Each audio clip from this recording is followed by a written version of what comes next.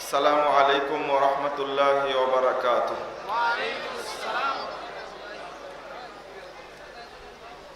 ইন্নাল হামদালিল্লাহ নাহমাদুহু ওয়া নাস্তাঈনুহু মান ইয়াহদিহিল্লাহু ফালা মুদিল্লা লাহু ওয়া মান ইউদ্লিল ফালা হাদিয়া লাহু ওয়া আশহাদু আন লা ইলাহা ইল্লাল্লাহু ওয়াহদাহু লা শারীকা লাহু ওয়া আশহাদু আন্না মুহাম্মাদান আবদুহু ওয়া রাসূলুহু।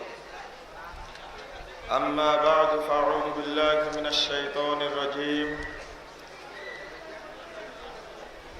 يا أيها الذين آمنوا ادخلوا في السلم كافة ولا تتبعوا خطوات الشيطان إنه لكم عدو مبين. وقال تعالى إن الدين عند الله الإسلام.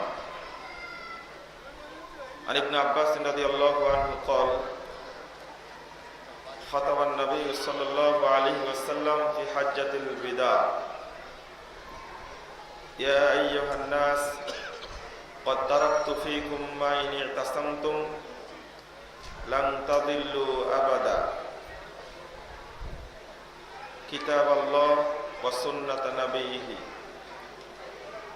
রাওয়াহুল হাকিম ফিল মুস্তাদরাক বিইসনাদিন সাহিহিন। নবী মুহাম্মদ রাসূলুল্লাহ সাল্লাল্লাহু আলাইহি সাল্লামের কাছে 3733 নম্বর হাদিস সহিহ বুখারী খুলুন। নবী মুহাম্মদ রাসূলুল্লাহ সাল্লাল্লাহু আলাইহি ওয়াসাল্লামের কাছে আসলো অভিযোগ, সম্ভ্রান্ত পরিবার এক মহিলা চুরি করেছে। আজকে যে দুর্নীতি চলছে না, আমি বলি কোনো স্বজন প্রীতি নয়, কোনো দল প্রীতি নয়, কোনো সুপারিশ নয়, দুর্নীতিবাদ যাই হোক না কেন তাকেই শাস্তির আওতায় এনে শাস্তি করতে হবে। এই কথা বলি কেন?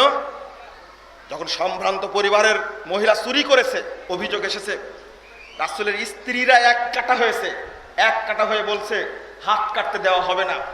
কাকে দিয়ে বলা হয় আল্লাহ রাসূলের কাছে? উসামা বিন যায়েদকে ঠিক করলো, বাচ্চা ছেলে সব কথা বলতে পারে।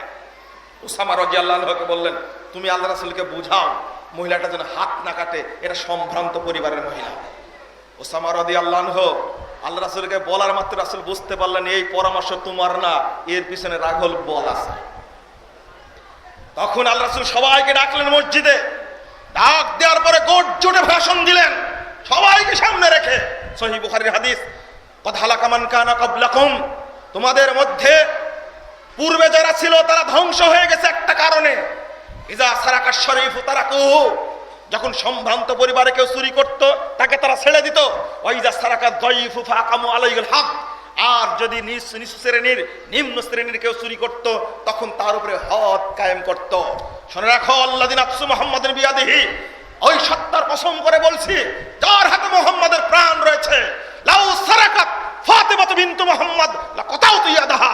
শুনে রাখো, আজকে যদি মুহাম্মাদের বেটি ফাতেমা চুরি করত আমি মুহাম্মদ তারও হাত কেটে দিতাম। চিন্তা করতে পেরেছেন? এটাই ছিল মুহাম্মাদি আদর্শ। যদি ফাতেমা চুরি করত আজকে আমি মুহাম্মদ তার হাত কেটে দিতাম। আজকে যদি মুহাম্মাদের আদর্শ বাস্তবায়ন করা হয় তাহলে এই দেশে দুর্নীতি থাকবে না, থাকার কোনো প্রশ্নই আসে না। আমার শেষ কথায় এসে আপনাদের শেষে বলতে চাইব, আলহামদুলিল্লাহ যুবক ভাইরা এই বিশাল প্রোগ্রামের আয়োজন করেছে। এটা আশা জাগানোর মতো প্রোগ্রাম। ভবিষ্যতে মানে যদি পুকুরের মাঝখানে ঢেল একটা মারা হয়, ঢেউ কিন্তু প্রত্যেক কোনায় কোনায় লাগে। ঢাকার বুকে আয়োজনটা আহলে হাদিস সমাজের জন্য, মুসলিম জনতার জন্য বিশাল একটা সুসংবাদ। আলহামদুলিল্লাহ, বিরাট সুসংবাদ। আলহামদুলিল্লাহ, এখান থেকে যদি কোনো তরুণ বেরিয়ে আসে ইনশাআল্লাহ আগামী দিনে, আমি তো বলি বক্তব্যে, বর্তমান যে প্রজন্ম চলছে এই প্রজন্ম চেঞ্জ হলে যে প্রজন্ম আসবে সেইটাই হলো নির্ভেজাল তাওহীদের প্রজন্ম। বোঝানো যাচ্ছে না মুরব্বীদেরকে, বোঝানো যাচ্ছে না আলেমদেরকে, বোঝানো যাচ্ছে দুইটা শ্রেণীর মানুষকে নিয়ে আমরা বিপদে আছি। এক শ্রেণীর মানুষ হলো মৌলবী, আর এক শ্রেণীর মানুষ হলো মুরব্বী। তার তারা চেঞ্জ হতে চায় না, তারা টিকে থাকতে চায় ভুলের উপরে।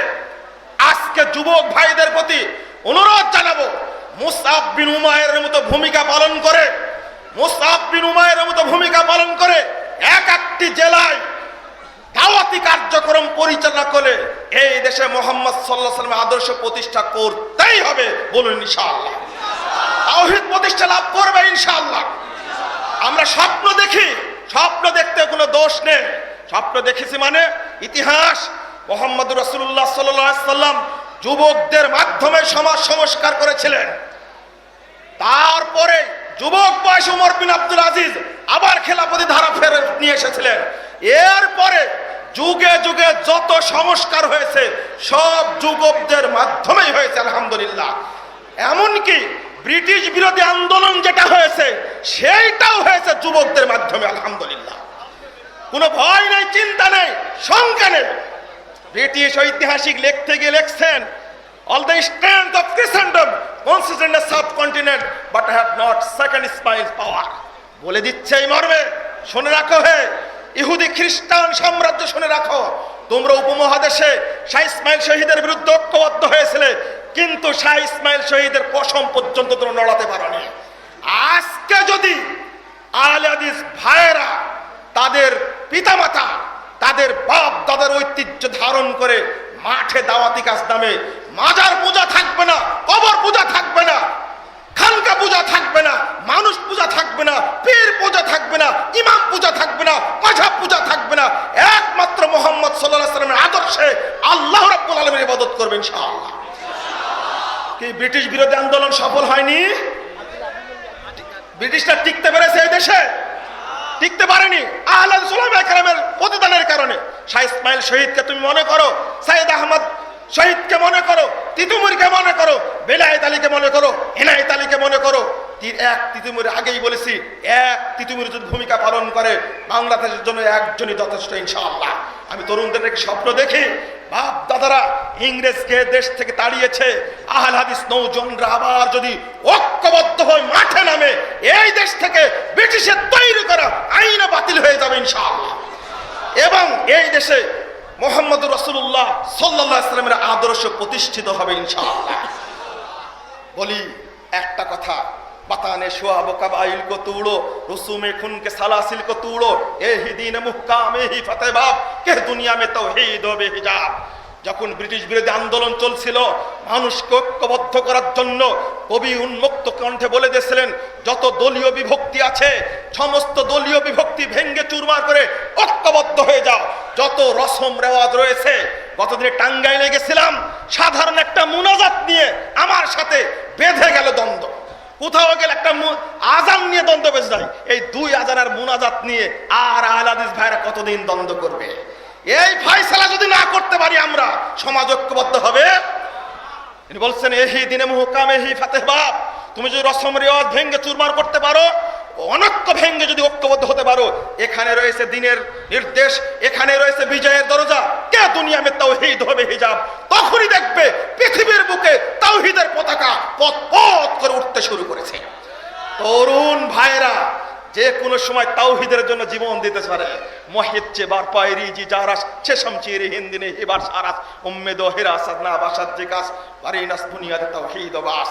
যদি ভারতীয় তীক্ষ্ণ তরবারি তরুণের সামনে আসে, তাওহীদের নিশার কারণে দালান কুটা, টাকা পয়সা, অর্থ সে কিছুই মনে করে না, তাওহীদের কারণে জীবনকে উৎসর্গ করার জন্য প্রস্তুত থাকে। কাজী নজরুল ইসলাম বলে গেছিলেন, স্বাধীনতা আন্দোলনের সময় দুর্গম গরি কান্তার মরু দুস্তর পারাপার, লঙ্ঘিত হবে রাত্রির সে যাত্রীরা হুঁশিয়ার, দুলিতেছে তরি ফুলিতেছে জল ভুলিতেছে মাঝি পাস, সিঁড়িয়াছে পালকে ধরিবে হাল আছে কার হিম্মত, এ তুফান ভারী নিতে হবে পারি, নিতে হবে তরি পার। কি আসা জোয়ান হও আগুয়ান হাকিছে ভবিষ্যৎ, এই কথা বলেছিলেন কাজী নজরুল। এমনিতেই বলেননি, তরুণদের অবদানের কারণেই দেশ স্বাধীন হয়েছে, এই আশায় ব্যক্ত করছি ইনশাআল্লাহ। হে তরুণরা, যুবক ভাইরা, ছাত্র ভাইরা, তোমরা রাসূলের সুন্নাতের পথে এগিয়ে চলো, তোমাদের জন্য জান্নাত স্বাগত জানাবে। मसला के सुन्नत पर आए सालेक चले जाए धड़क জান্নাতুল ফেরদাউস तक सीधी चलेगे सड़क। সকলকে আন্তরিক আবারও ধন্যবাদ জানিয়ে, এই প্রোগ্রাম যারা আয়োজন করেছে তাদেরকে আন্তরিক ধন্যবাদ জানিয়ে আমি বিদায় নিচ্ছি এবং আগামী দিনে আবারও তরুণ ভাইদেরকে এই ধরনের প্রোগ্রাম আয়োজন করার জন্য আমি অনুরোধ জানিয়ে গেলাম। এই প্রভাব ইনশাল্লাহ সারা দেশে পড়বে ইনশাআল্লাহ। আল্লাহ তুমি কবুল করো, আল্লাহুম্মা আমিন। বন্ধুরা আমার, শেষে একটা ঘোষণা, আমরা নতুন একটা বই প্রিন্ট করেছি। এই যে উপমহাদেশে জাল জয়ীফের মধ্যে ঢুকায়া, মিথ্যা কেচ্ছা কাহিনীর মধ্যে ঢুকায়া জাতিকে বিভ্রান্ত করা হচ্ছে, এই তবলিগের স্বরূপ নামে বইটা উপস্থাপন করেছি, যেন আপনারা এই মুরব্বীদেরকে জাল জয়ীফের জাল থেকে বের করে নিয়ে আসতে পারেন। এই বইটা আপনারা সংগ্রহ করবেন এবং মানুষকে বেশি বেশি করে হাদিয়া দেওয়ার চেষ্টা করবেন ইনশাআল্লাহ। আমি দাবি করি জাল হাদিসের কবলে রাসূল সাল্লাল্লাহু আলাইহি ওয়াসাল্লামের সালাত বইটা যেমন আপনারা হাদিয়া দিয়েছেন, মানুষকে সারা দেশে ছড়িয়েছেন, এটা আপনাদেরই দায়িত্ব। বইটা বেশি বেশি বিতরণ করে আপনারা দাওয়াতি কাজ করবেন ইনশাআল্লাহ। আর একটা বই আপনাদের বের হয়েছে, প্রশ্নোত্তর আরকানুল ইসলাম। কোনো আলেম যেন ধোঁকা দিতে না পারে, কোনো আলেম যেন ধোঁকা দিতে না পারে, এই জন্য সাধারণ মানুষের কাছে হাতে তুলে দিয়েছি 1330টা প্রশ্নোত্তর আরকানুল ইসলাম সম্পর্কে, সালাত সম্পর্কে, আকীদা তাওহীদ শিরক বিদআত সম্পর্কে, হজ উমরা কুরবানি যাকাত সম্পর্কে, রমাদান সম্পর্কে 1330টা প্রশ্নোত্তর আছে, আপনারা সংগ্রহ করবেন। এটা আমার অনুরোধ থাকলো। আর একটা ঘোষণা দিয়েছে ভাই, আগামী